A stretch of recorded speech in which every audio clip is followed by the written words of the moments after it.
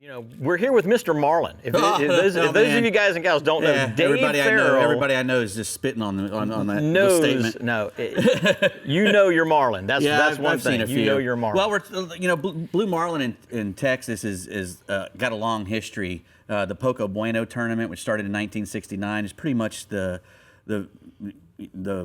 very first marlin tournament that really started them all. Huh. You know, the Texas guys really like to gamble. And as a matter of fact, we just finished the 4th of July, the World Cup tournament, the World Cup Blue Marlin tournament, started by Hank Schramm, owner of the Dallas Cowboys. He liked to gamble. All these Texas guys, when the oil business started up really good, these guys had a lot of money and they like to spend it. And the blue marlin fishing is expensive. Yeah. So those guys were able to do it. And with all those oil rigs started coming out there and way out there, those oil rigs, they became pretty much fish attracting devices, they're big magnets, fads. Magnets. And everying comes to those. And even back in the day, some of the very first guys to do, big live bait, for tuna, for the big tunas and the big marlins were out there off those big oil rigs. And, I know they're a long way out, but they are really prolific. You can really do well if you catch a live bait, especially, and drop it over. Big boats, long runs, big baits, big fish. You got to go a long way. You usually spending the night,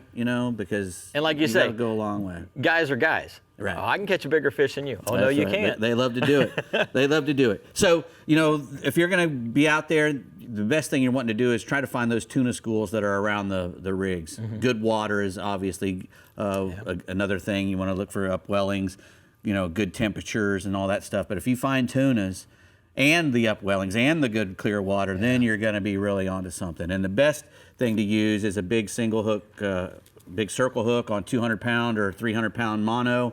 Some Amoy's high catch fluorocarbon leader. I like to use fluorocarbon when I'm using live baits because a live bait's not moving around much. It's sitting down there and a fish can come up and get a good eyeball on it. Doesn't matter if we're trolling lures or not.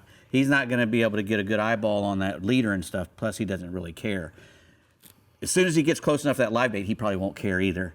But I wouldn't want him to get a good look of any 300-pound mono waving in the wind if we can help it, because that bait will be stationary until he gets a whiff of that marlin, and then he'll take off.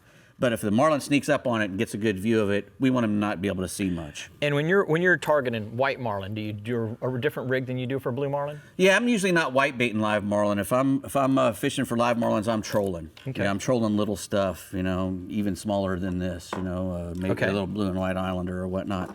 But for the blue marlins, when we're going fishing for the lures, we're trying to cover ground, So you want big stuff. For blue marlins, we want bigger things. Yeah. But they will eat little stuff too. As a matter of fact, more blue marlin have probably been caught on a lure this size, like this bullet here, this tuna bullet, so you can see the than difference. Any other, just because it gets pulled all the time. Everybody's got one of these way out the back trying to catch a tuna fish. Well, blue marlin don't care. They will still come and eat that little jugger too. Now some of these guys are running 2-hook rigs. Yeah. Some are running 1-hook rig. Yeah, 2-hook rig. That's a great rig for wahoos and stuff like that. Not my favorite for blue marlins for several reasons. One is if the fish comes alongside the boat and we're trying to let it go and it's flailing around with that double hook rig, 1 hook can go in the mate, 1 hook stays in the fish. Yeah. That can be a dangerous thing. Also, 1 hook can be in the top lip, 1 hook can be in the bottom lip. Then the fish gets away, can't eat now. It's a dead fish. So there's a lot of good reasons why to have that just one single hook.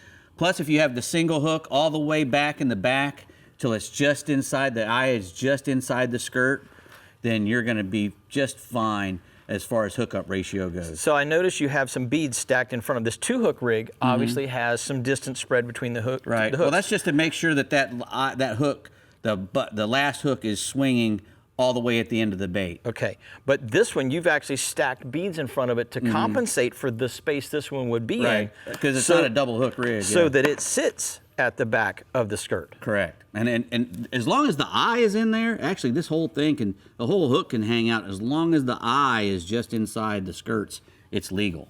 Okay, gotcha. So, and that's a great, you're probably, the hookup ratio on live baits is way up there, above 70, 80%. Okay. He comes and eats that tuna fish, you're probably going to get a hook in him unless the circle hook turns around and gets back in the bait or something like that. Right. Lure fishing, if you're doing 70%, you're a genius. Usually most guys are in the 60% range. You know, it's like flipping a coin, whether you're going to hook them or not, because you're dragging at 27 pounds, you know, and the fish comes up and eats. And I don't even when I'm using 80s or 120s or 130s, I don't use that strong of a strike setting. Right, I'm pretty much, I'm a 10-pound guy. I like him to come up and grab it and be able to turn and go with it, instead of just a full-on boom, he's either there or not. And get a better thing. hookup ratio. Yeah. Well, man, there's so much more we could talk about, but that's a lot to digest. Hopefully you guys and gals out there will enjoy that and go out and take advantage of it. And I was on the edge of my seat, Dave. I couldn't look away from that workbench over there. But you know what? We're switching gears.